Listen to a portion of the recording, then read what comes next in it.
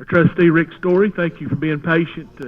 Rick, you've always been you understand. You've sat here several evenings with me. I hope my voice holds out here, but my first day on the job, my first week, it was very interesting. We had a tax sale that week, and I got summoned to jury duty, and I attended both. But I did turn my pay from jury duty back into the trustee's office. So, but just give me an update on the taxes. Through today, we've collected almost 57% of our taxes, about a little over about $41 million. We've still got about almost $32 million to collect if we collect our full 100% by February the 28th, which is our deadline. If you look at your financials, you'll see the difference between December of this year and December last year, which is about $750,000 different in taxes. And the school board called me on that, and Mitch called me on that. But one thing that happened on there was an escrow company out on the West Coast that sent a tax into the county. They sent the check in the last week of December, but they didn't send us who the taxpayers were until after the first of the year. When we called the very first week of the year, called and emailed and everything, they sent it on Friday night at 5 o'clock or something like that. So that didn't show up in the December number. So it was $770,000. We showed about three-quarters. So, pretty much going to wash out there. So it was nothing different in the collection. It was just, we had the money, but we didn't have the taxpayers who to give it to, so it therefore didn't show up on the system. I'll tell you about what we're doing on the investment side.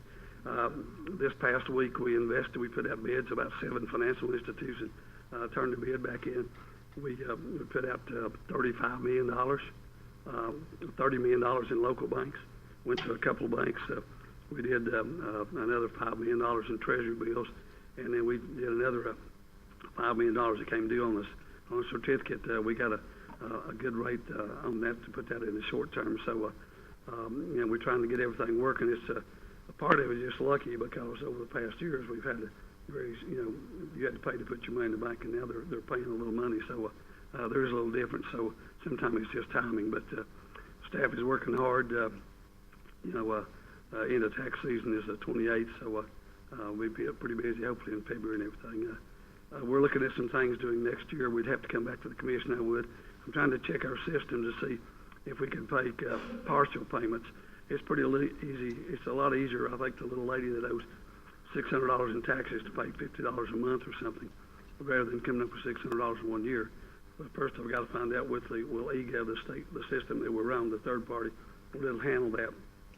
And then the second, then if it can handle it, see what the details are, then it would have to be approved by the commission. But that's just some of the things we're looking at there, just to maybe give them another opportunity. It's we hear that kind of a lot. They want to make a partial payment on there, but it wouldn't change come to February, the end of February of that tax year. If they still owe $100 on that $100 would still be subject to the penalty on there. But at least give them an opportunity. So those are one of the things that we're looking at. I don't know, what is it? It's pretty minimal. I mean,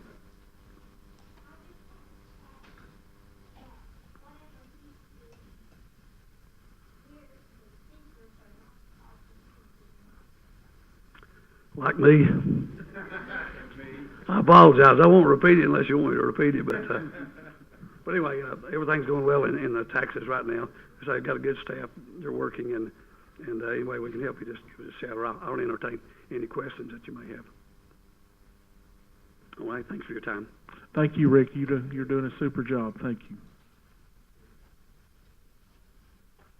All right, Mr. Mayor, is it Mr. Buckingham? You're our tax assessor. I've got a few things. It'll only take about 2 hours and a half, and we'll get through it as quick as possible. Just be sure and talk in the microphone there, Mr. Buckingham. We've had several requests that people want to get closer. Hear you to good? You or to the microphone? Okay. Let me hand some of these things out. I got a little bit of information.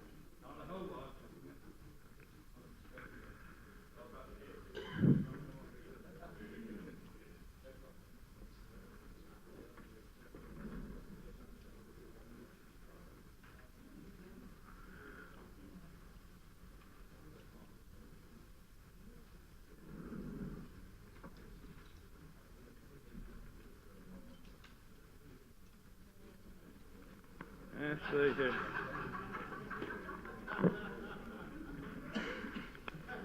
What are you laughing at, Phil?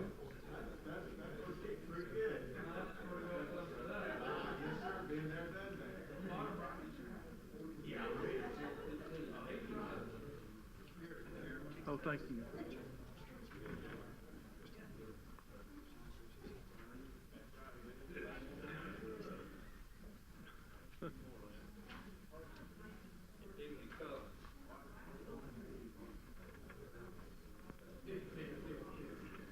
Y'all probably can look at the front page there and agree with that mostly, and most of the time, right now everybody's looking at it. I just wanted to explain a few things, I guess, about the assessor's office. I became assessor on August the 27th of 2009. Mr. Treadway resigned, and I came down from the county commission like you guys to fill that position, and of course I've run every time since then. A little bit about the assessor's office.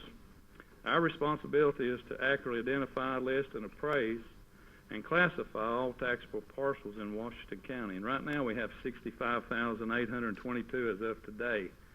Now that changes daily because land split into lots and so forth, and that then combined, but it does change. We currently have 11 employees. The trustee, of course, does anything to do with money. We don't have absolutely nothing to do with money. He mails out the tax notices and does the collecting of the tax notices.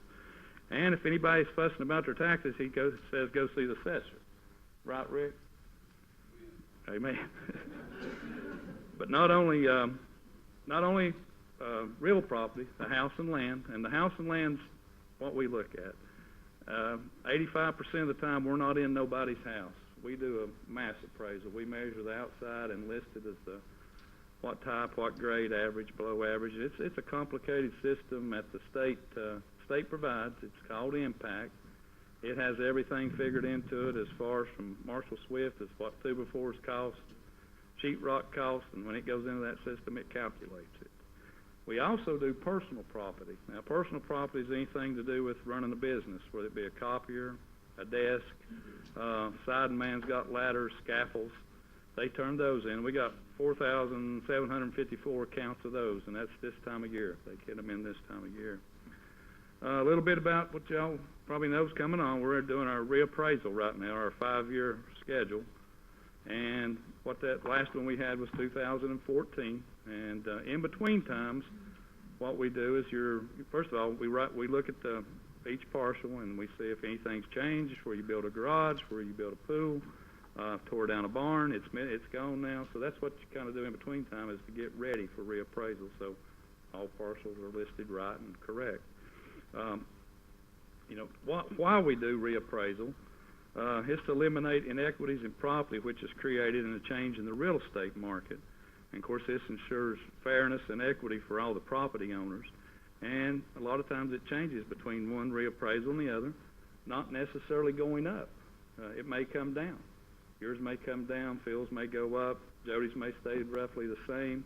It's based off sales. It's sales from the previous year. Like, for example, you might want to take the Ridges subdivision, and if you've got 20 sales in there from last year, you would take the mean of those 20 sales, and that's what creates the values in there. And that's how you come to it. It's not like a simple fee appraisal. You guys in banking know you have a simple fee appraisal, and the appraiser goes in and he looks at your house and bathroom and downstairs. This is not like this. This is called a mass appraisal.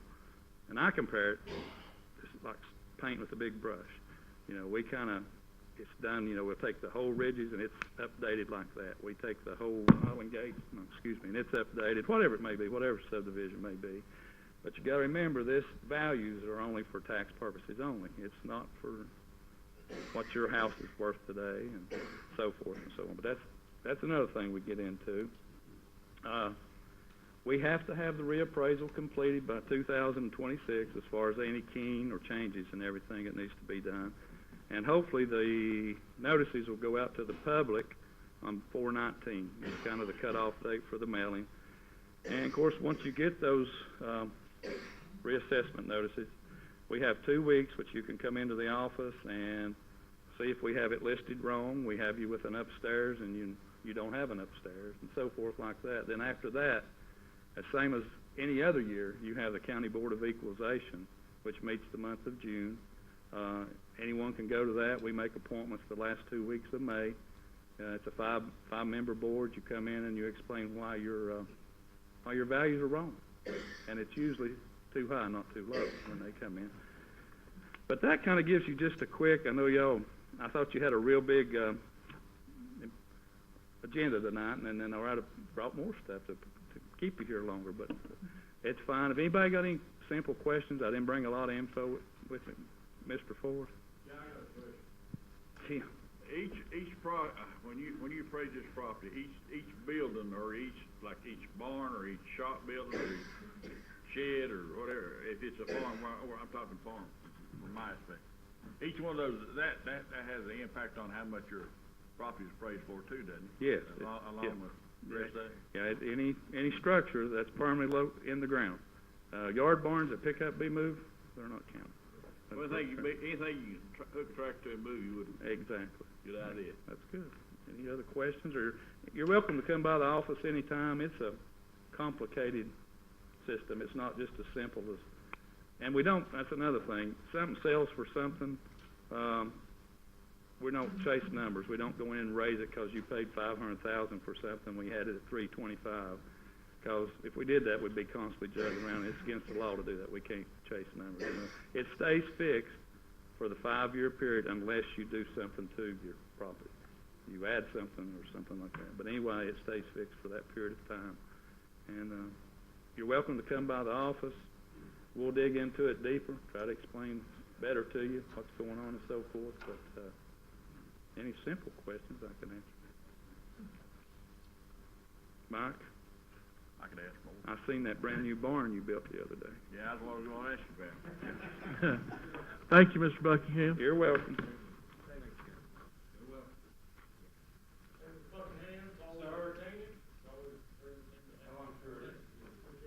I carry that cloud with me. Yes, you do.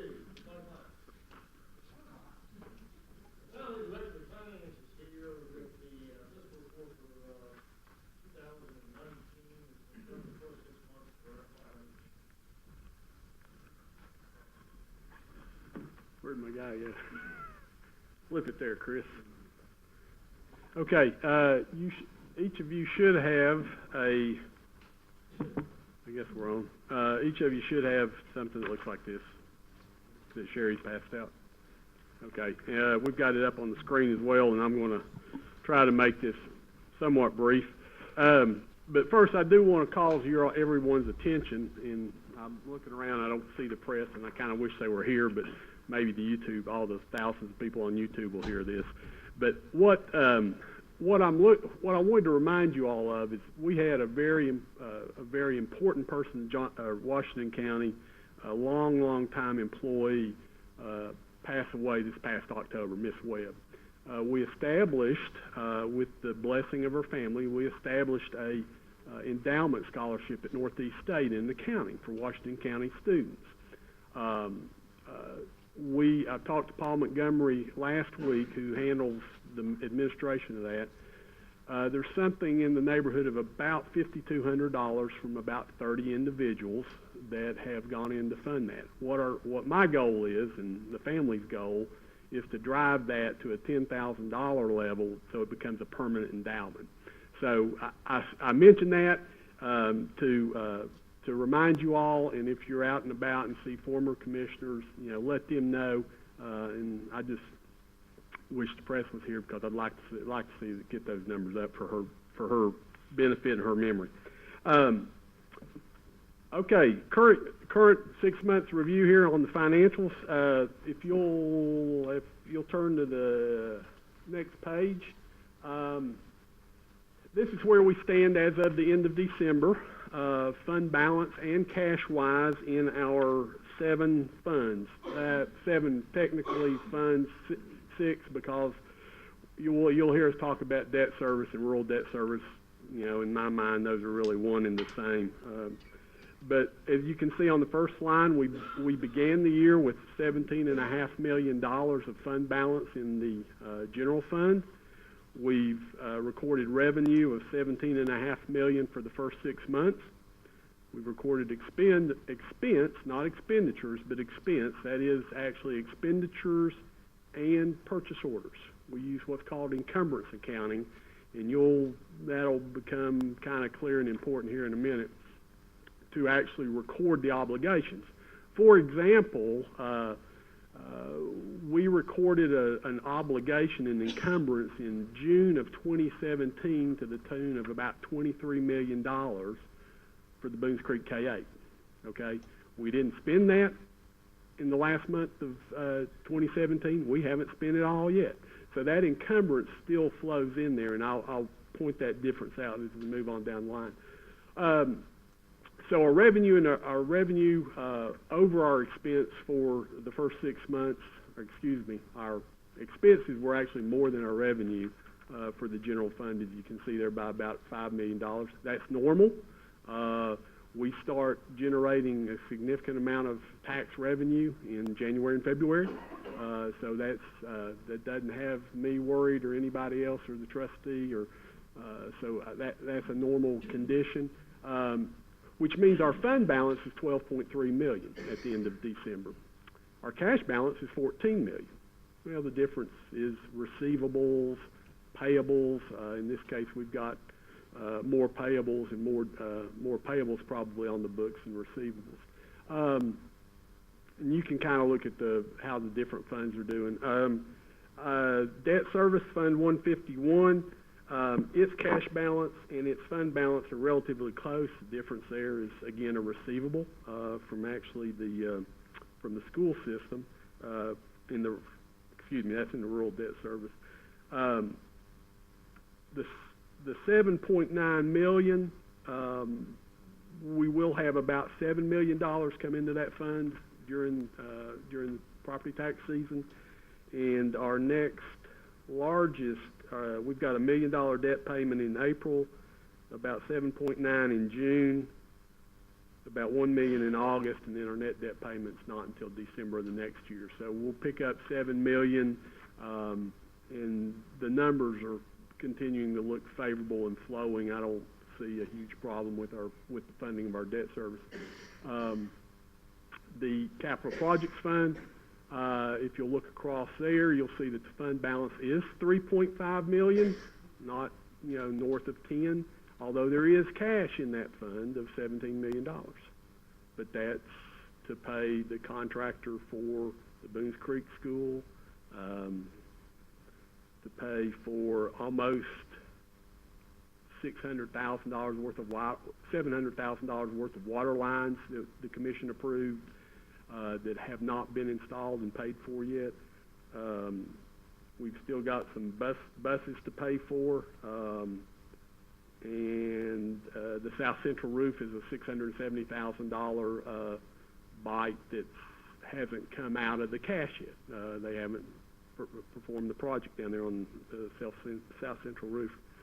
The self-insurance fund, it's operating about where we think it is, and we're going to hopefully try to maintain about $1 million or a little over $1.5 million in that fund going forward. We'll wait and see what comes out of employee benefits and the recommendations from our insurance guys. You want to look at the next, this next slide just kind of shows you graphically where everything is. The blue is last year's numbers, last year's actuals. The yellow is what the budget number is, and you've got revenue on one side and expense on the other. And of course, you would expect expenses to be about half at this time of the year. Revenue's not quite there yet because of our January and February property tax collection. This is your revenue detail, and I had some notes on here. Real quick, you'll see some increases and decrease. There's an increase-decrease column right here, which is the difference between the 17 actual as of December 31st and the December 31/18 actual. I probably need Rick already had kind of touched on what was going on with the local tax side with the property tax collection that came in at the end of December, but that didn't actually get booked until January. That takes care of most of that. you'll see other local revenue. There may be a question, well, why is that down $643,000? Our TVA impact money that we receive, which is about $545. Last year, we recorded it in other local revenue during the course of the audit. This last year, the comptroller kind of advised us that it really is part of state revenues. So that decrease is really part of that increase. And we've also, and we'll touch, if any of you have read the audit report, and we'll get to that a little later, there was one finding in the audit report that had to do with the timeliness of submitting invoices to the state for our prisoner board. We were a little negligent, or a little delinquent, not negligent, a little delinquent last year in getting those to the state of Tennessee. This year we've got all those prisoner board billings in there now, and so that there's another couple $100,000 that's kind of pushing that up. You know, and if you look at, well, okay, on the expense side, what I tend to look at here is how are we performing against budget. You know, I'm showing the difference again between FY17 and FY18 year to date, and you can see what you'll have to do the mental math on there. I didn't actually put in a difference column, but because what's really important to us is where are we in terms of what our budget number's going to be for this next year. I will touch on, you may look down here and say, okay, other general government, we're at like 61% of the budgeted expenditures. What's really left of that, a lot of that's kind of front-end loaded. For example, the 500, the payment for the TVA, the payment to the airport authority of the flow-through of the TVA money is down there, so that's a big chunk that's already hit in the actual. What we've got left to spend in other general government is our veteran services. There's about $29,000 there. We've got about a $471,000 TIF payment that we're going to make depending on how property taxes pan out, you know, through February, but that's the budget number in there for FY18. There's some money in there for First Tennessee Development District, about $10K to do work keys testing to help get these kids qualified for certification under workforce readiness. This is a revenue summary. I just disregard, I mean, you can look at the first line, but we've already looked at the detail there. This is just to give you an idea of where we are in the other funds in terms of our revenues compared to our budgets.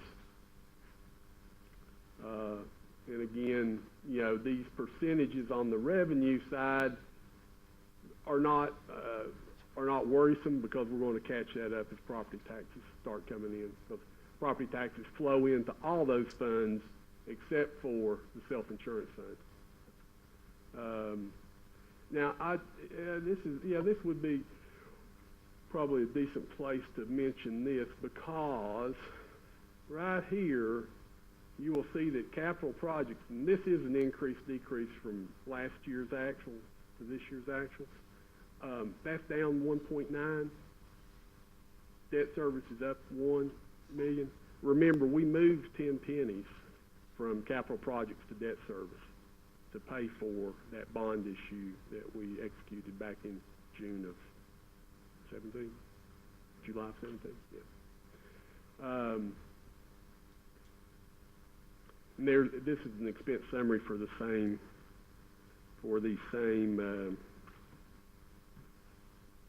set of funds. And I will, again, and I think I already touched on this, but on the capital projects fund, in the remaining budget right there, that consists of the health department. We've got a $400,000 health department project that's waiting on the funding for the lower level. You all have a second phase of that, which is going to do the second level tonight, which will bring us to about a $700,000 project over there in the health department. It's 100% funded by the state. So hopefully we'll move forward on that. The South Central roof is part of that remaining budget number. As I mentioned earlier, there's some technology equipment that hadn't been encumbered or spent out of that yet, and we have some money still left for the historic courthouse that hasn't been encumbered, that was in the budget line item. The budget committee sees this every month. You get it, of course, in your packet with the minutes, and as well as before action in this commission. Hopefully you have a chance to look at it. I know that's really small up there, so if you look at the one, the printout in front of you, those are that's a listing of all the budget amendments this commission's made this current fiscal year, okay, by fund. The bottom two lines are the ones that are before you tonight for action. But as I alluded to on the very first slide, we started off in the general fund at $17.5 million of budgeted fund balance. Of that, there was $2.2 million restricted, okay, that had already been committed for other purposes. Our fund balance policy requires us to start the year off with a restriction of 33% of our expenditures. That's the third line on there, that $13.7 million, which left you with almost $1.5 million of fund balance to do something with, okay, before you went negative. We budgeted in the operating budget, in the initial budget, you budgeted $400,000 of that, to use $400,000 of fund balance, and then as you can see going down the line, we've made an additional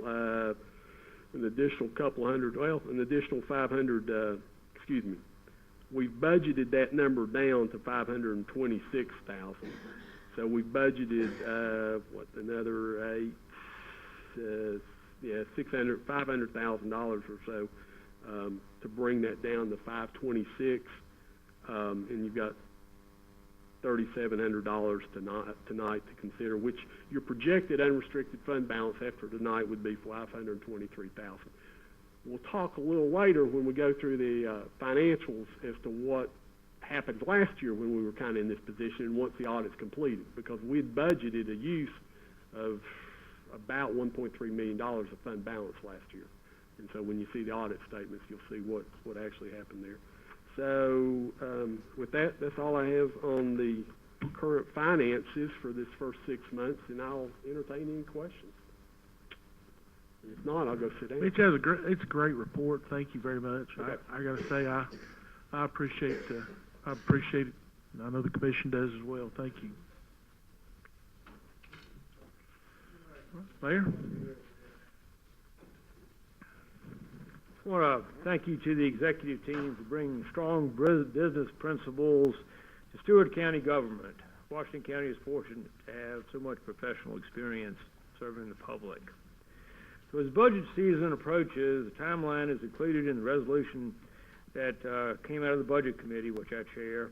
And wrapping up here, I do want to touch on a couple other important and exciting areas that you'll hear more about in the coming months. And I look forward to going through the year.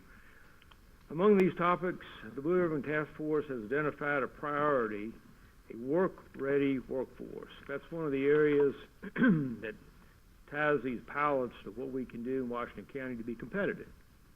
It requires education and a robust career technical training focus. Between 2015 and 2016, there was a 3.8% rise in median income in Washington County, and that's a great start. Economic development coupled with education and training will help this county continue its upward swing. I appreciate your time and attention this evening and all the time it took, but thank you for your attention. All right. Thank you, Mayor. All right. Next item this evening is the County Attorney's Report. Mr. Seeley. With regard to the pilots and the presentation that was made tonight, I would mention one thing that the County Attorney's Office has implemented, and you've probably seen that AgileOffice software.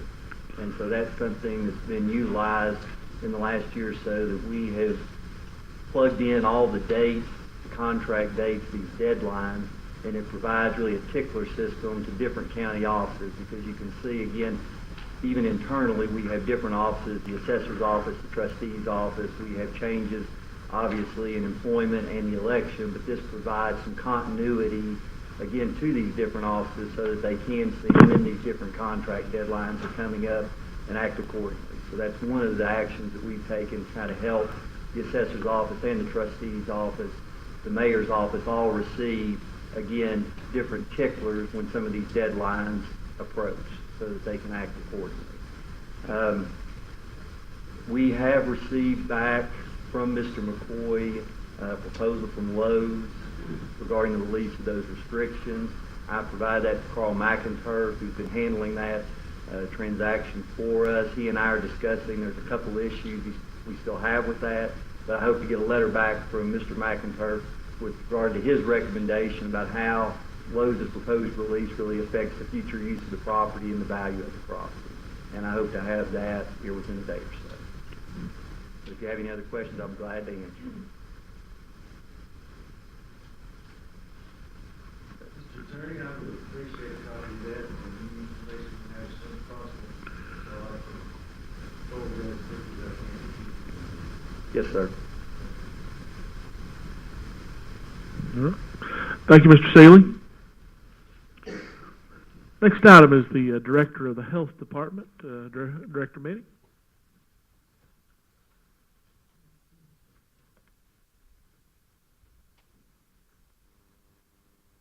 I just wanted to update you all. We do have a new health commissioner for the state of Tennessee. You may have seen her information in the newspaper. Her name is Dr. Lisa Piercy. She is a pediatrician who actually went to the Quillen College of Medicine here in Johnson City. And she is our new acting commissioner. Her focus areas are childhood obesity, the opioid epidemic, and chronic diseases, especially those that are related to tobacco use.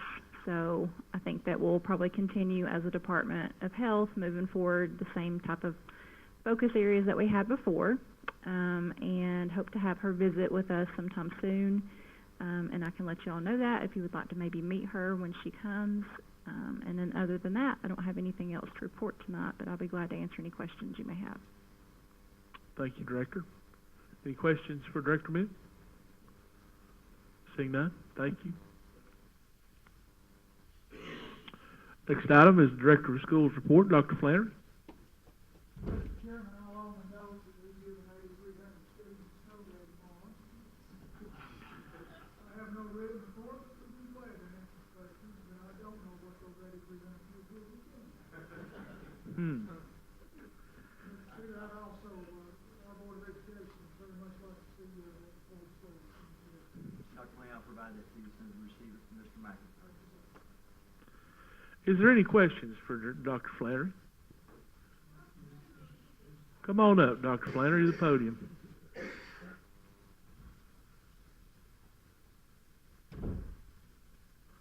Yes, ma'am. School. No two snow events are alike. Some of them require me to get up at 3 o'clock in the morning and drive around. This one was pretty easy. The forecast stayed static, or the same, didn't change for about 18 hours. So we knew, in consultation with other superintendents in the area, that what we were going to do. You try to do it well in advance so that these families can plan on what they're going to do for child care. We have a deadline in Washington County at 5 a.m. If I don't call it by 5 a.m., we're going to roll the buses, because by 5:30 we'll have about half of our buses on the road.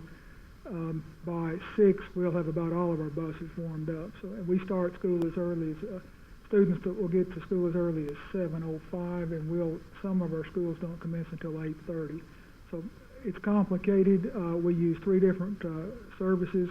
I use the sheriff's dispatcher to help me locate any icy places around the county. Several of our bus drivers are on call. We'll call them when they're around the county. The principals let me know. So it's complicated, but more often than not, I'm up in the middle of the night driving around while everybody else is in bed. So that's part of the job. But thank you for asking. I'm glad you asked the question. No, you're not. Thank you, Dr. Flannery. All right. Next item is the Audit Committee report. Mayor Grandy, I think you're... On January the 9th, the audit committee met to listen to information on the audit that ended in June of 2018. For the year that ended June 2018. And they accepted the report from the comptroller, and here to just sort of present some highlights, sort of briefly, will be Mr. Okay.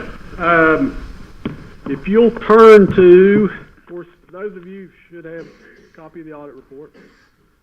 I've got some slides, but I'm not going to do that. I'm going to try to get through this so y'all can get on with more important stuff. If you'll turn to page 6.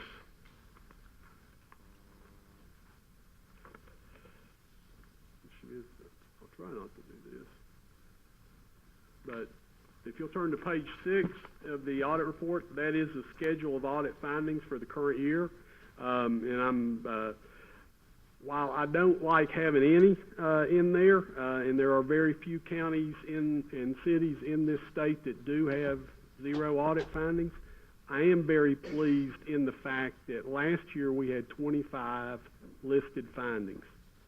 This year we have 6, okay? Our goal is to be at 0. We have had the comptroller's representatives actually tell us that that's very difficult to do. So anyway, but that's our goal. And the audit findings the detail of those audit findings are at the back of the report, and I'll get you to that page when we get there. Page 9 is Mayor Grandy and my letter of transmittal to you all and the citizens of Washington County. Page 12, I think is very important. At least that is a certificate of achievement and excellence in financial reporting that's provided by the Government Finance Officers Association. The accounting department, this isn't me, the accounting department, the staff, the folks of Washington County are what make this thing happen. 3 years ago, I made the effort, started the effort to apply for it. But the bones and the skeleton and most of the meat is there to earn that, and so I think it's a very notable recognition. There are very few counties in the state of Tennessee that receive a certificate of excellence and a certificate of achievement for excellence in financial reporting. Page 16 is really the most important page in this entire document, especially from a third-party standpoint, and that is the independent auditor's opinion on the financial statements. And for the umpteenth hundred year in a row, happy to report that Washington County did receive an unqualified opinion. What that means, what that's normally called, is a clean opinion. There's nothing material that would make those financial statements misleading to the users. The actual opinion that states that is on page 17 under opinions. There are 2 other letters that I'll get to towards the end, a letter on internal controls and a letter on compliance with federal standards for our federal programs, which are predominantly the nutrition programs that the schools operate. Page 20 is, in the following pages, is a discussion, our discussion of Washington County, our financial highlights, the economic condition of the county at the time, and so I'd urge you to read that at your convenience. Page 29 starts the basic financial statements, and in county government, in governmental accounting, it's a little different than what you find in normal commercial enterprises. We don't necessarily have a balance sheet and a statement of revenue, a statement of income. What you'll find here is a statement of net position, which, if you'll look at the assets are listed on page 30, the liabilities are listed on page 31, and the net position is listed on page 32. And I'd draw your attention to page 32. In that, if you'll look under primary government, we have a negative net position of $40 million. Okay, that's Washington County. If you go one column to the right, Washington County School Department, they have a positive net position of $78 million. The difference there is because all the debt is on our books, and of course the debt to fund the school buildings are on the school's books, so that creates a little bit of a discrepancy there. From day-to-day operations, from your all's perspective, we actually focus on the budgetary statements, so I'm going to skip the statement of revenues and the other. You'll find those following page 34. Well, I do want to point this out because I need to come back to this later. If you'll turn to page 37, okay? Yep, 37, and this is kind of getting back to what we were looking at a little earlier on the December financials. If you look at page 37, there's a column there which is, what this does is present the major governmental funds and the non-major funds. We have 4 major governmental funds. We have the general fund, the highway fund, debt service, and capital projects. And they're determined major by the amount of dollars that run through them. Capital projects fund, if you'll look there in the 4th column, it shows a fund balance at June 30, 2018 of $21,516,000. I won't dispute that, okay? We heard that earlier. If you will flip over to page 153, I believe. Yes, if you'll flip over to page 153, this schedule reports the revenues and the expenses in the capital projects fund on a budgetary basis. If you'll look at the 4th column, okay, you'll see that our fund balance at June 30, 2018 is $1.9 million, okay? You can look 3 columns to the left and you'll see that it's $21 million. I don't dispute that on a GAAP basis. Generally accepted accounting principles, it is $21.5 million. But from an operational standpoint, you only have $1.9 million to do anything with, okay? So, you know, and I wish Mr. Reeves had stuck around. He's never called me. He's never asked. You know, Eddie Cantor had 37 years with the county doing highway work. I've been practicing accounting for 41 years, okay? So, you know, I mean, I didn't just come to this ball game yesterday. And, you know, there are those people that will throw a hand grenade in the room and run. But anyway, if anybody needs to, you know, have any questions about the finances and about what you're hearing from the administration, please feel free to ask me. You know, so, all right. Then, if you want to look at the general fund on a budgetary basis, that starts on page 42. I'm going to skip a bunch of these. Let me go ahead and just get back to the footnotes. Start on page 53.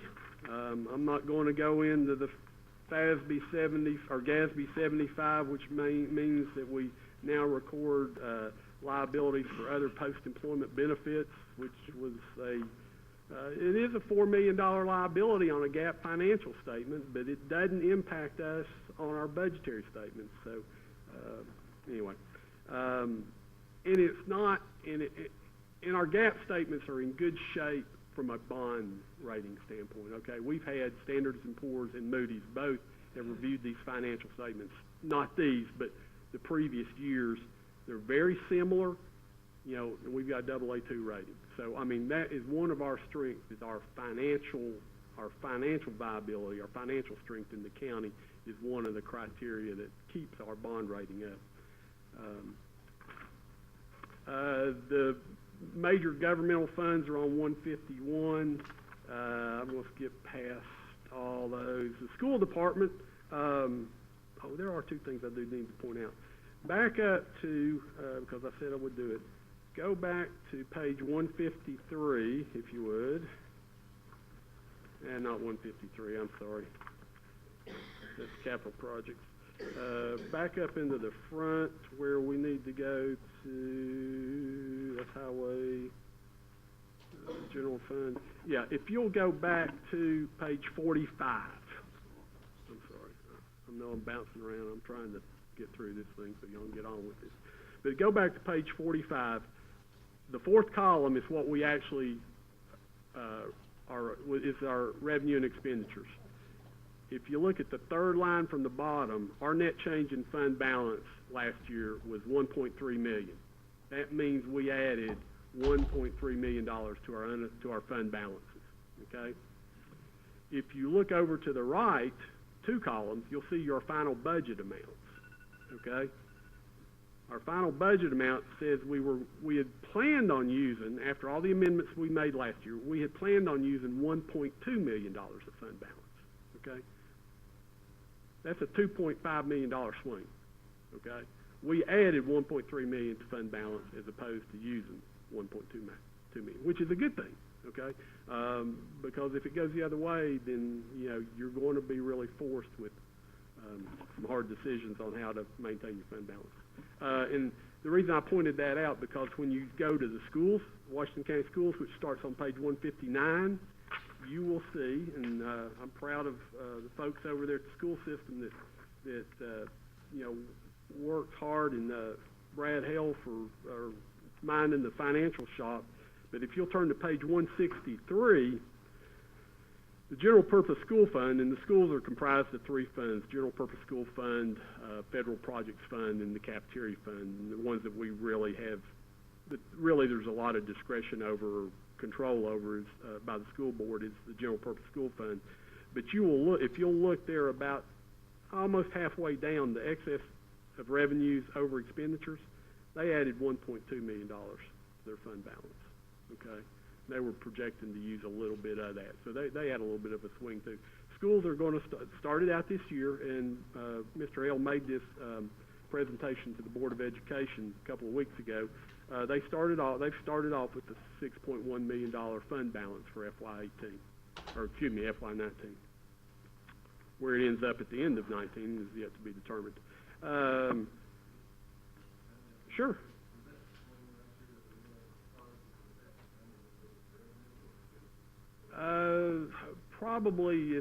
Probably more so on the expenditure side. Okay, if you budget $1 million and you only spend $800,000, okay, you know, we don't budget to the nth degree. You know, and what that does is that leaves resources sitting out there that could be used for other projects. So, but no, most of that probably came about because those dollars weren't spent, not so much the revenue side. Yeah, probably a third, 2/3 maybe. I'd have to look and see that. If you want to look at starting on page 172, I'll draw your attention to that. That's miscellaneous schedules. If you want to see what our debt is outstanding and the particular issues, there's a whole set of schedules there that'll show you what our different bond issues that are outstanding or sitting on the books at right now, and what we're in our future debt payments on those as well. Let's skip that because I already talked about it.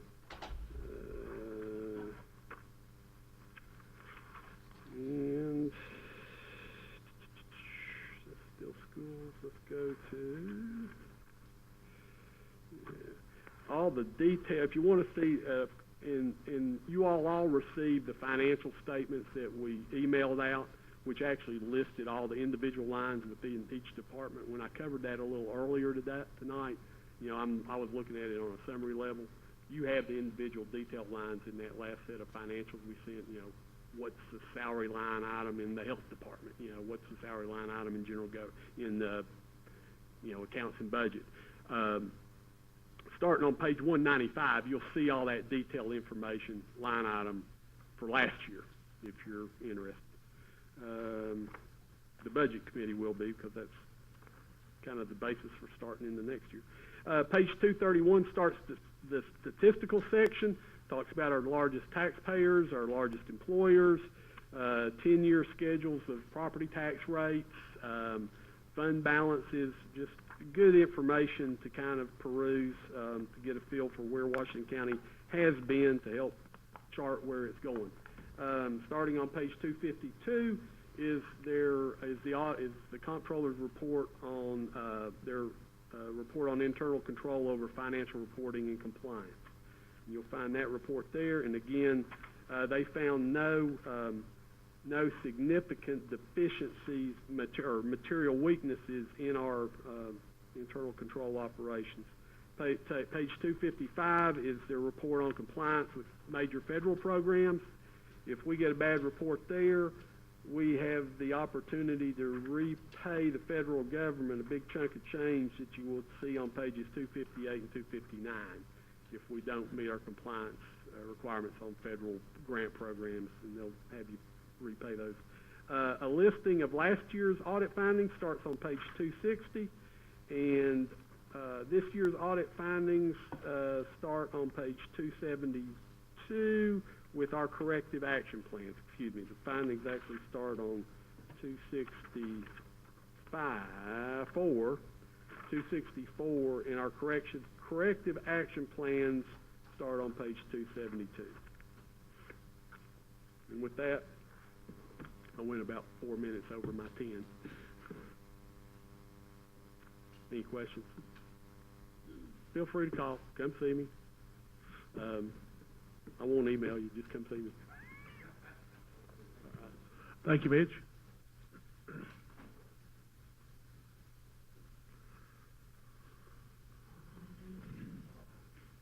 All right. Seeing no further questions for Mr. Meredith. Next item is the Beer Board. Commissioner Malone is the chairman of the Beer Board. The minutes of the Beer Board meeting are in your packet from the January 3rd meeting. Is there any questions for Commissioner Malone? On page 23, we did meet the month of January to consider a single application, which was the application met the requirements, and it was approved. And the proprietors of Dixie Toad invite you to join them off of the late meeting. Huh. Any questions? No questions. Thank you, Commissioner.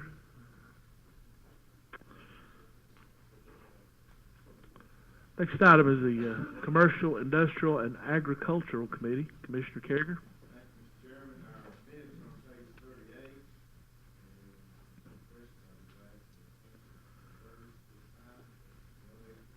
Action item we have on page 48, and that is a resolution to provide $25,000 to our sponsorship of the Washington County Agricultural Partnership Appreciation Day. It's going to be held on the Appalachian Fairgrounds on March 16th.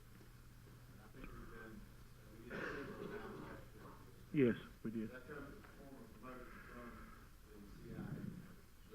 Motion made by Commissioner Carriger, seconded by Commissioner Davenport to approve the resolution. Discussion?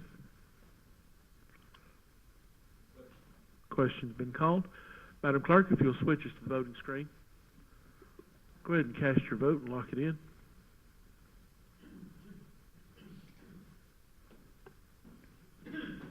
Madam Clerk, if you'll announce the vote. 15 yes, 0 no. Resolution passes.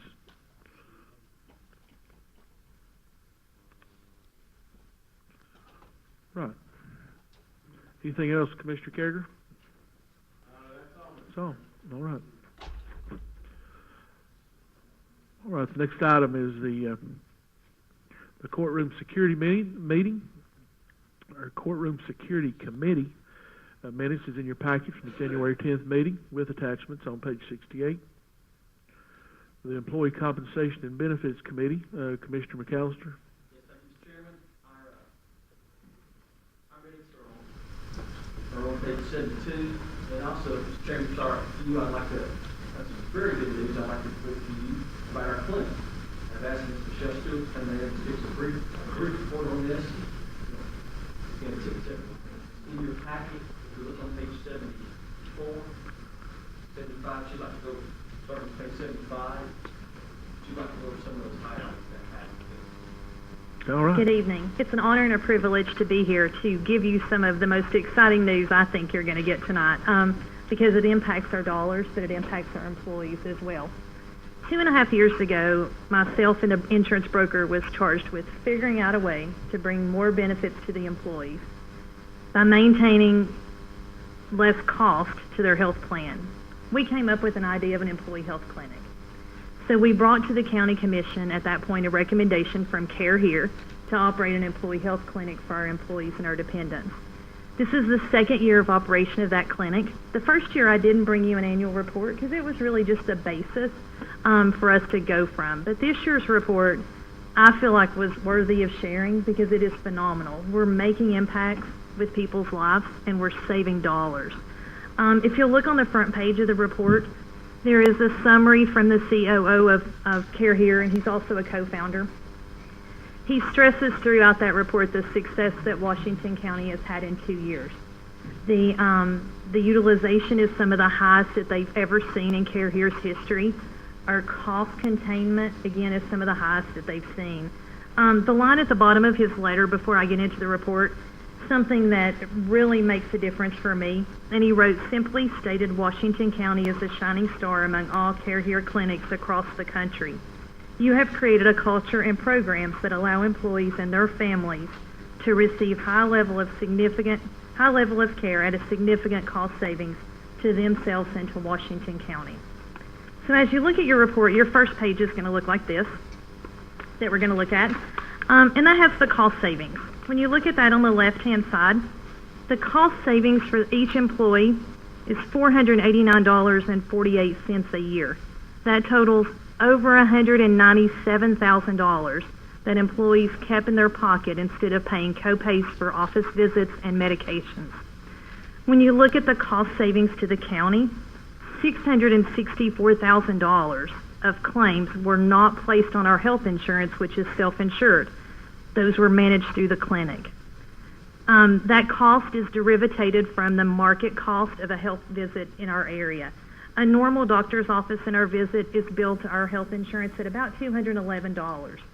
We're providing that service at the employee health clinic for $46 a visit, thereabout. On the next page, page 2, is the financial report. This year there was a 3% cost increase for operation of the clinic. Again, that is a lot attributed to medication cost. If you'll see at the bottom, we did have a 10% cost increase on medications. The reason for that is we have people that were probably not taking medications for chronic disease management who now are getting that medication at the clinic at no cost. So we're dispensing more medicine through the clinic to address those needs of the employees and their dependents. If you look at the cost savings, when I look at cost savings, I don't factor in productivity. I want to see the real savings dollars. Productivity is hard to put a dollar amount on, but Care Here factors in a 3-hour productivity rate at what our basic employees, an average of their wages. Our productivity savings were over $171,000. So if you add that with the office visit and the medication savings, the clinic has saved Washington County over $835,000 in the last year. On the next page, the Health Care Center overview. This just shows you our utilization and our appointments. Our dependent population, our spouses and dependent children, are using our clinic as much as employees are. We have 403 employees that use the clinic, 266 dependents in the last year. So our utilization is very high. Again, it's some of the highest that Care Here sees in over 200 clinics. So our people have very much so bought into the clinic and the services that they receive there. On the next page, that just breaks down the diagnosis, medications, and labs. Of the number of visits that we have, 2,500 of those visits are chronic visits. Those are people that are coming into the clinic to manage chronic disease visits. They're getting their chronic disease medicine or they're coming there for management of those diseases. 1,267 of those visits are acute visits. Those are people that are sick, that are going into the clinic when they have sinus infection, strep throat, that kind of thing. Okay. The next page has some colorful green and blue and red on there. That shows us how we're moving risk factors. For the previous year, we had 83.13% of employees that had risk factors. In this last year, we moved 51% of people from red to green. So they were learning their risk factors and taking care of those risk factors, either through medication, moderation, exercise, that sort of thing. So this just shows us where we are from our biometric summary standpoint. Our highest things that cause us concern is BMI and weight, and then tobacco use. But we are seeing those green areas expanded. We have seen people decrease their risk factors. Over 209 people have reduced their risk factors. The one page that is a little hard to understand is the one that says risk movement. This one shows how those people are moving from risk factors based on decreasing those risk factors. If you look at the bottom of the page, the year before we had 6 people that had 9 or more risk factors. They had a risk factor for chronic disease. By using the clinic and using the coaching services and the services at the clinic, we've decreased those 9 risk factors down. So we have nobody this year that had 9 risk factors. We progressed some of those people down. You'll see levels 1 and 2 and 3. Those numbers are increasing because they're dropping from larger risk factors. They're moving from here, progressing down to lower risk factors. So when I look at this, I look at the lives that are impacted through the clinic. I look at those employees that are getting their disease management, that they're being aware of their conditions that they have that they may not have known before.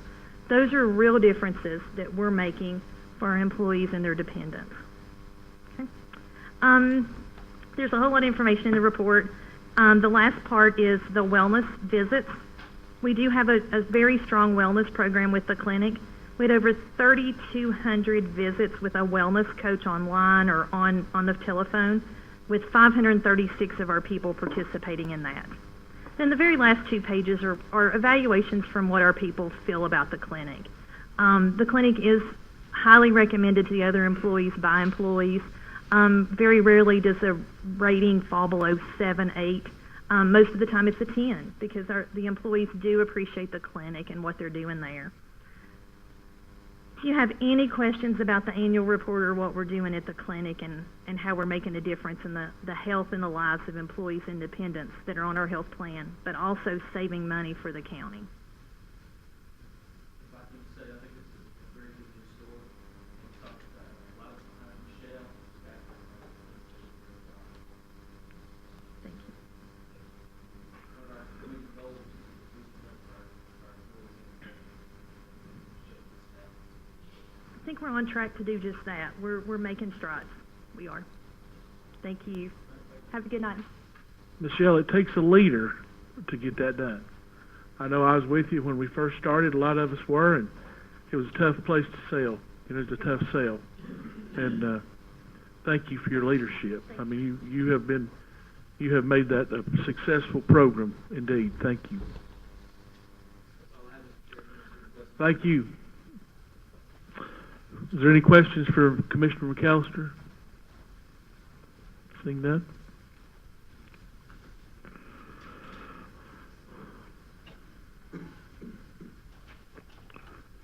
All right, next report is the Health, Education, and Welfare Committee. Commissioner Edens. Thank you, Mr. Chairman. Our Health, Education, and Welfare Committee meetings are on page 86. All the information there from environmental reports and what we discussed on the schools. We have 3 action items, 3 resolutions. The first resolution is number 190103. Fiscal year budget 2018-2019 regarding the library board grants. Grant is just for approval. County Commission to accept the grant. I'm going to let you in the form of a motion. Motion made by Commissioner Harris, seconded by Commissioner Edens, seconded by Commissioner Lott. I don't know where that come from, Commissioner Harris. I've seen Commissioner Lott move his arm up, you know. Discussion? Question's been called. Madam Clerk, if you'll switch us to the voting screen, please. Go ahead and cast your vote and lock it in.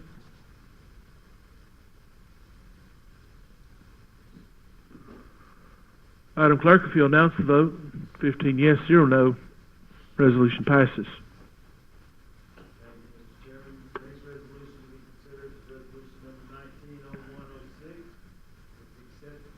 special funding regarding the Washington County Health Department. No matching funds are required to accept this funding. That is the informal motion, sir. Thank you, Commissioner Edens. Motion by Commissioner Edens, seconded by Commissioner Davenport. Discussion? Question's been called. Madam Clerk, if you'll switch us to the voting screen. Go ahead and cast your vote and lock it in. Madam Clerk, if you'll announce the vote, 15 yes, 0 no, resolution passes. Next resolution, resolution number 190112. This is spending, resolution authorizing the spending in the fiscal year budget from 2018 to 2019 and goes to environmental court administration cleanup of property located at 1745 Highway 93, Fall Branch, Tennessee. The request is to utilize $4,300 in this cleanup. Bring that to you in the form of a motion. Motion made by Commissioner Edens, seconded by Commissioner Carragher. Discussion? Okay. Yes, go ahead, Commissioner.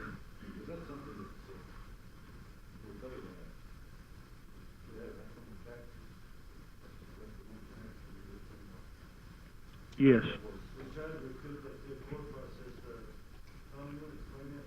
We file a lien against their property for the amount of cleanup, and then we try to collect that, either the taxable or the property sold. And so we have had some success. I think we reported over the course of the environmental court, I think over the last 5 or 6 years, I believe it was $40,000 we collected back through these different liens. So we do everything we can to collect those, and we've given this person many different opportunities to clean it up themselves, but it was a meth lab on the property that they're not able to clean up. And so we're experiencing more and more of those.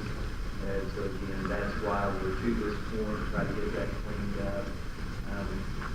It's a good thing because that's obviously real, I think, no matter what. But we are trying to collect that. We do filing against the property for cleanup and try to recoup those costs. Thank you, Mr. Seaver. Mr. Chairman, that concludes our report. Let's back up here just a minute. Commissioner Ford, did you have a question, or you calling the question? Thank you, Commissioner. All right, the question's been called. Madam Clerk, if you'll switch us to the voting screen. Let's go ahead and cast your vote and lock it in.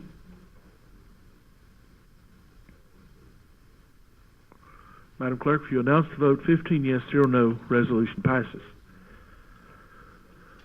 All right. Anything else, Commissioner Edens? If there's any questions, that will conclude our report. All right. Thank you. All right. On down to the Public Safety Committee report. Commissioner Wheeler. Chairman, we, have our minutes from the January 3rd meeting.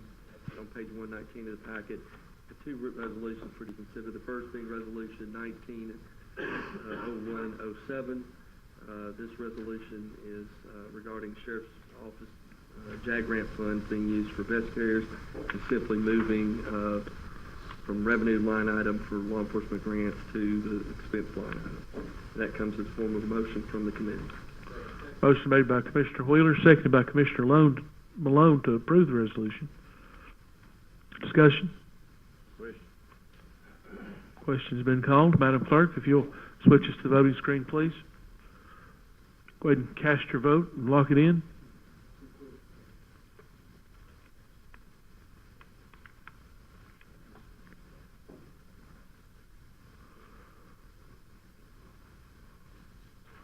Madam Clerk, if you'll announce the vote, 15 yes, 0 no, resolution passes. Our second resolution is Resolution 19-0108. This resolution adopts an interlocal agreement with the City of Johnson City related to a grant that they administer and we are sub-recipients of. And that comes in the form of a motion from the committee. Motion made by Commissioner Wheeler, seconded by Commissioner Fitzgerald to approve the resolution. Discussion? Question? Madam Clerk, if you'll switch us to the voting screen. Go ahead and cast your vote and log it in. Madam Clerk, if you'll announce the vote, 15 yes, 0 no, resolution passes. Mr. Chairman, I would note that we have no presentation to make tonight, and that's the end of our report. Thank you, Commissioner. All right. Next item is the Public Works Committee. Commissioner Davenport. Please, you'll find our minutes on page 147. We have a couple of resolutions tonight. First one is 190101, resolution accepting Eden Drive as a Washington County road. That comes to you in the form of a motion. Motion made by Commissioner Davenport, seconded by Commissioner Carriger to approve the resolution. Discussion? Call for question. Question's been called. Madam Clerk, if you'll switch us to the voting screen, go ahead and cast your vote and lock it in.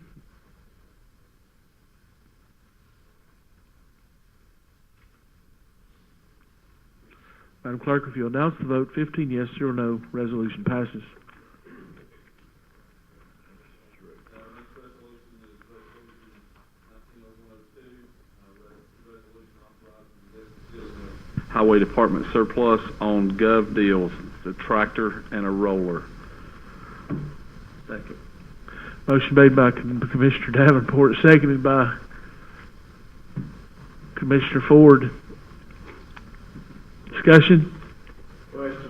Question's been called. Madam Clerk, if you'll switch us to the voting screen. Go ahead and cast your vote and lock it in.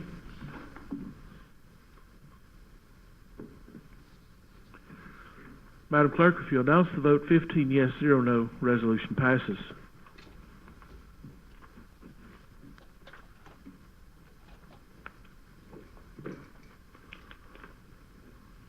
Anything else, Commissioner Davenport?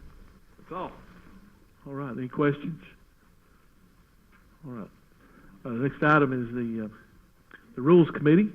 Commissioner Tester? Thank you, Mr. Chairman. We have a 30-page PowerPoint. We spent a lot of time talking about videoing the commission meetings and a little bit of time talking about our public comment time at commission meetings. We're going to continue that public comment discussion next meeting. And we have a resolution for you on page 158, and it is for a 6-month contract for the live streaming of the commission meetings at $200 a month. I bring that to you in form of a motion from the committee. Motion made by Commissioner Tester, seconded by Commissioner Harris to approve the resolution. Discussion? Question's been called. Madam Clerk, if you'll switch us to the voting screen. Go ahead and cast your vote and lock it in.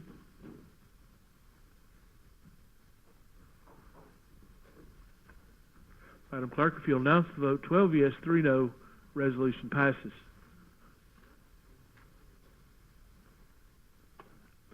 All right, next item.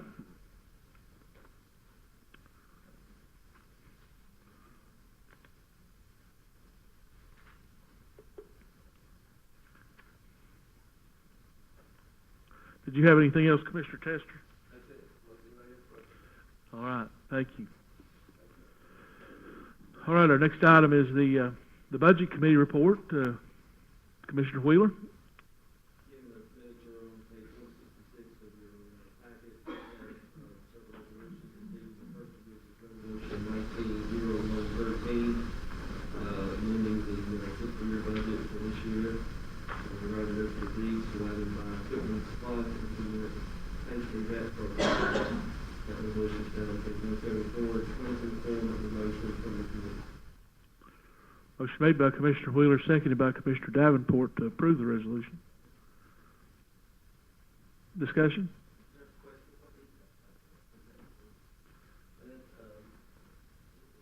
going to allow you to record and actually discharge payments. They're private, they're going to be public record, but they'll maintain that and they'll provide it as they report. Is this registered deed clerk? Yes. It is to record the DD4. So it's a record or DD and discharge payment. So to record that, they're also giving us like an ID card, which is worth really hard area merchants. For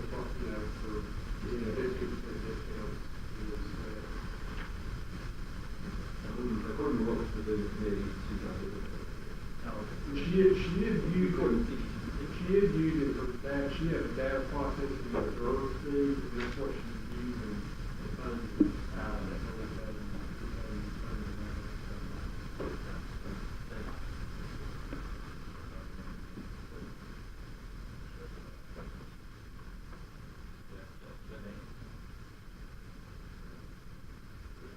Commissioner Ford?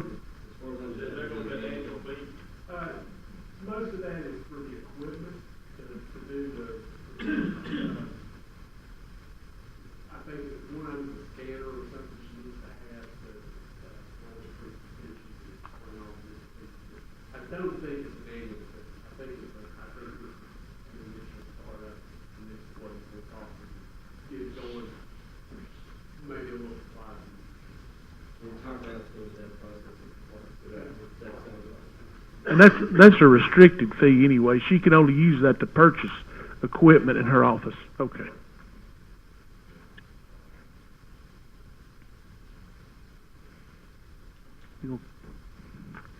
All right, any further discussion? Question's been called. Madam Clerk, if you'll switch us to the voting screen. Go ahead and cast your vote and lock it in.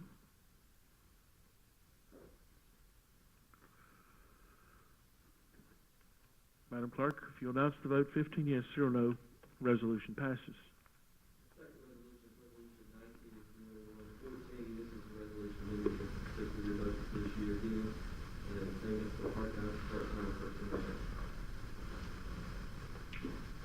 This comes in the form of motion from the committee. Motion made by Commissioner Wheeler, seconded by Commissioner Malone. Discussion? Question's been called. Madam Clerk, if you'll switch us to the voting screen. Go ahead and cast your vote and lock it in. Madam Clerk, if you'll announce the vote. 15 yes, 0 no, resolution passes. The next resolution is resolution 19-0117, this is a resolution adopting new timeline for the adoption and approval process for the coming fiscal year 2019-2020.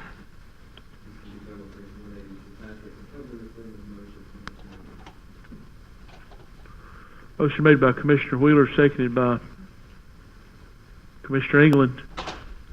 Discussion? Question? Madam Clerk, if you'll switch us to the voting screen. Go ahead and cast your vote and lock it in. Madam Clerk, if you'll announce the vote, 15 yes, 0 no, resolution passes.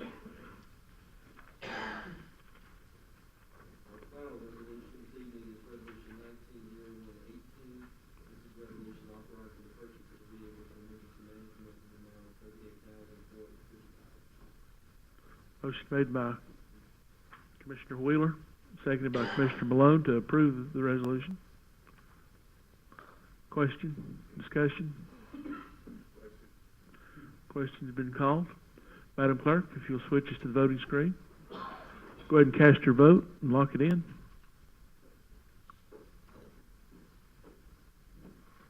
Madam Clerk, if you announce the vote, 15 yes, 0 no, resolution passes. Any questions for Commissioner Wheeler about the Budget Committee report? Seeing none. Moving on to old business, I have none to report. We do have notaries.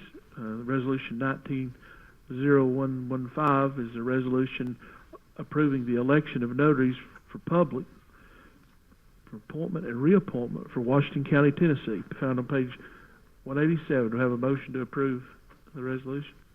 Motion made by Commissioner McAllister, seconded by Commissioner Tester.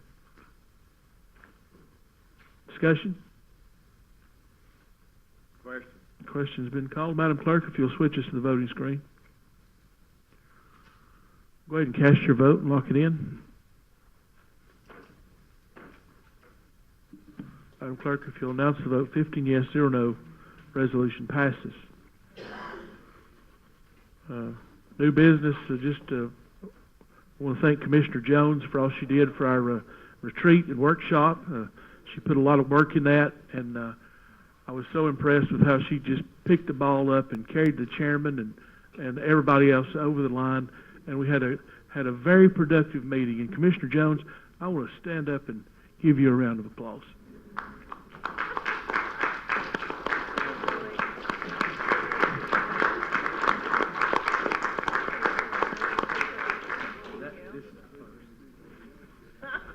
There was a lot of work went behind the scenes on that, and a lot of emails, and I appreciate your leadership, just stepping up and doing that, and that was awesome, and it was very productive. And you know, you feel like a lot of times on Saturday you don't know if it was all that you wanted it to be, but it was, and I appreciate you doing that, and I know the commission does. Again, speaking of a commissioner workshop, as we talked a little bit earlier today about an economic development workshop with Mark Manitoff, and maybe doing that as a full commission, or as Commissioner Carriger suggested, as a CIA workshop, and the commissioners attending that. Do y'all have any thoughts about that before we leave tonight, Commissioner McAllister? Just one comment. I think most of us might understand the TIF and pilot program. I think what we want to, from my understanding, is we want to know what the current projects are being on. That's really what I'm going to work on. Okay. Current project. Yeah. That's my answer. I don't need another gentleman to come back down and tell me another thing on the TIF and pilot. Okay. Okay.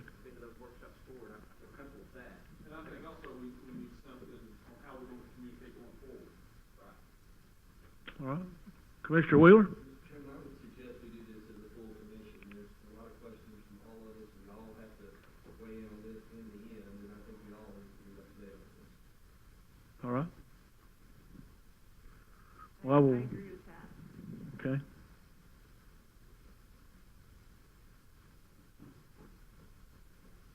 All right, I will work with the mayor and Mr. Miller and kind of send you all out some dates as to when we can do that, or it'd probably be an evening meeting instead of a morning.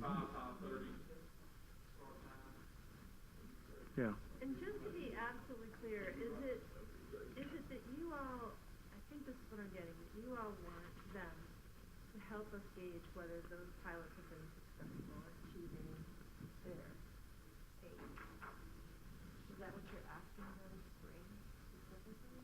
Because we're not specific in what we're wanting. We may not get what we're hoping for. From them before is periodically come before us. That's and what I'm give us asking them to updates do. on. Yes. And we haven't had that. And we haven't. We have not had that. But to try to do it like tonight, with all the questions we have, we just need to do it in a separate setting where we're not pushed for time to achieve what we're trying to, we're all goal, understanding all of the pilots that's out there, the tips, and if they are meeting their requirements on an annual basis, if they Mm-hmm. When we're looking at the data that is included. yeah. You didn't have the slide conclusion. You want the project by project data. I just think we have to tell them explicitly, or if we're gonna be stuck with, well, we don't have that drilled down to that level for today. Does that make sense? I think they're not giving us what we want, the figures of really how successful, how many really are employed. She's talking about a 5-year window. Pick up the telephone and call and get the Well, figures. you also need verification of what they tell you too. If they say they've hired 100 employees in the past year, then, verify that with payroll information that can. And I guess for me, the question is, how do other policymakers in Nashville or Knoxville, how do they make these decisions? Is there some, big policy-making guide to how to do this? Because, they've done the math, right? So do we do the math again, or is there some, other way that we can? I think that's where if they bring more random calls, he can answer some of that. I might just reach out and see, yeah.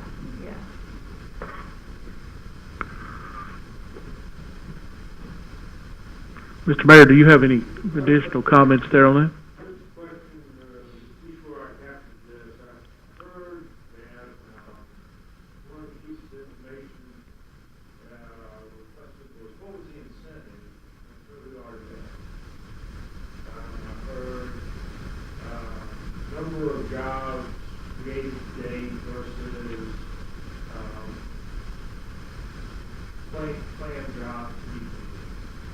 I've heard, non-conformity exposure to the taxpayer.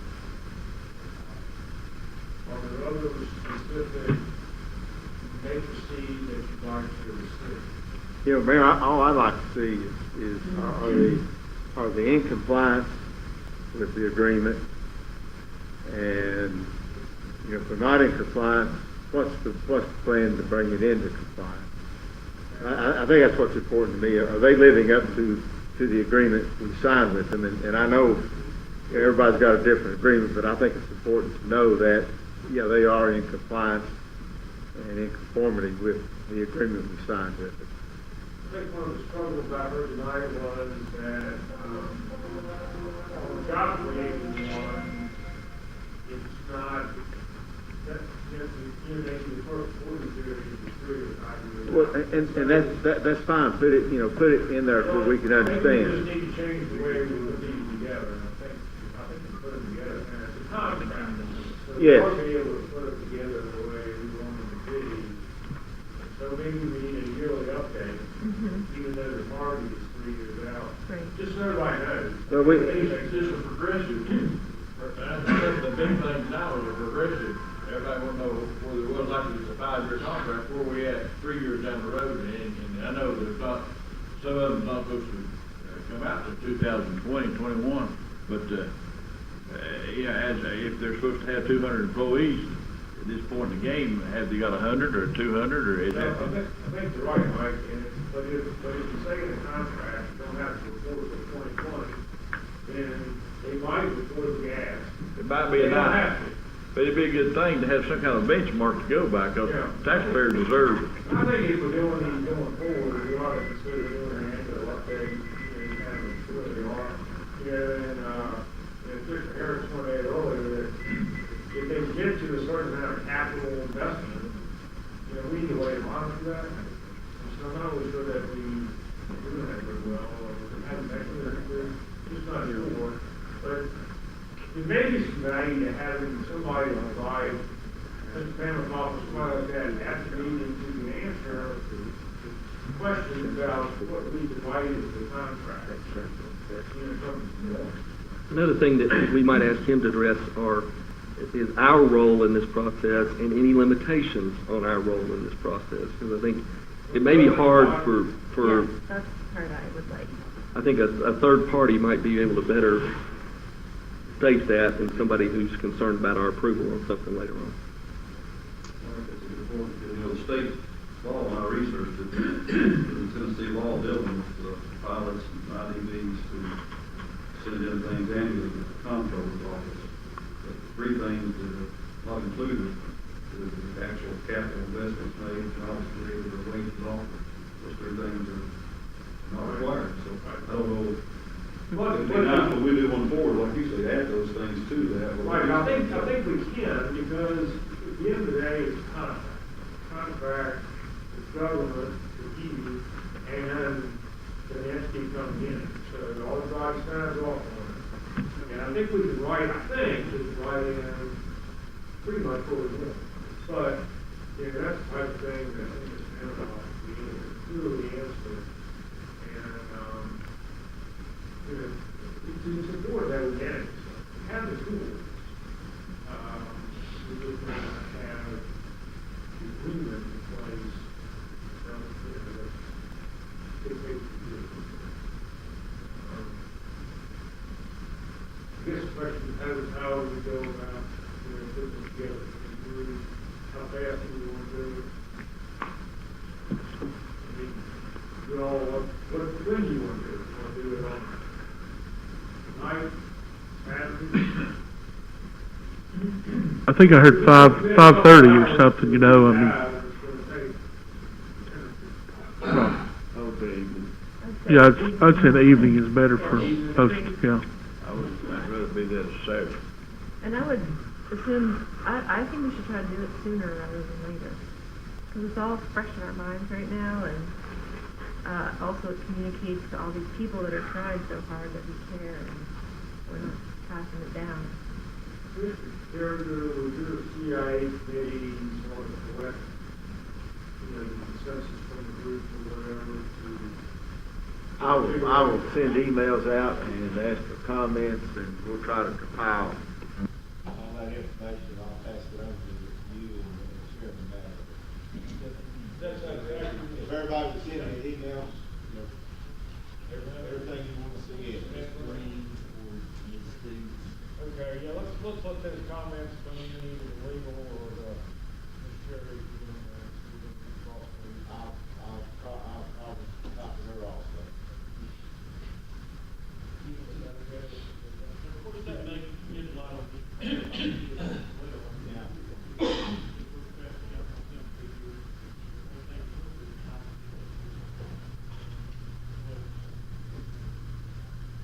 Just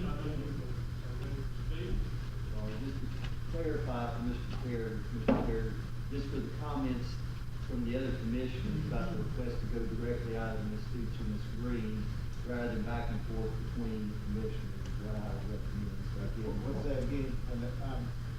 so again, if we're collecting information from the other commissioners, that information go directly to either Ms. Green or Ms. Stoops. Okay. Rather than back and forth between commissioners. back and forth. Save me some work, I'm fine with that.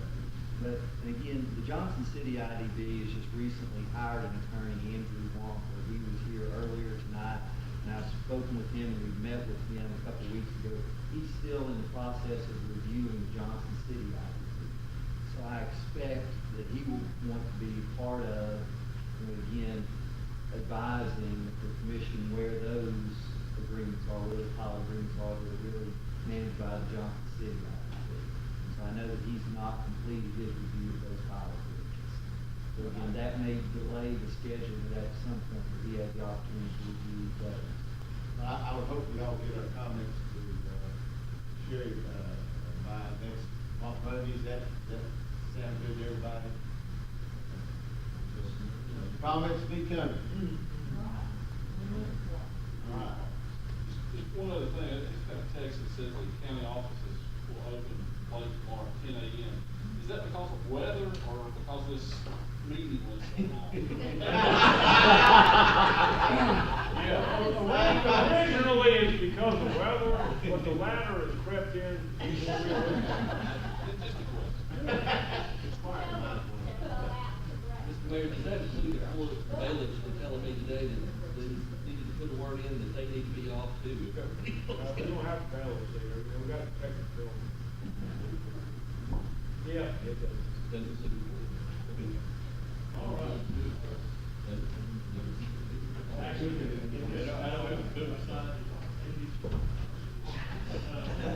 We're all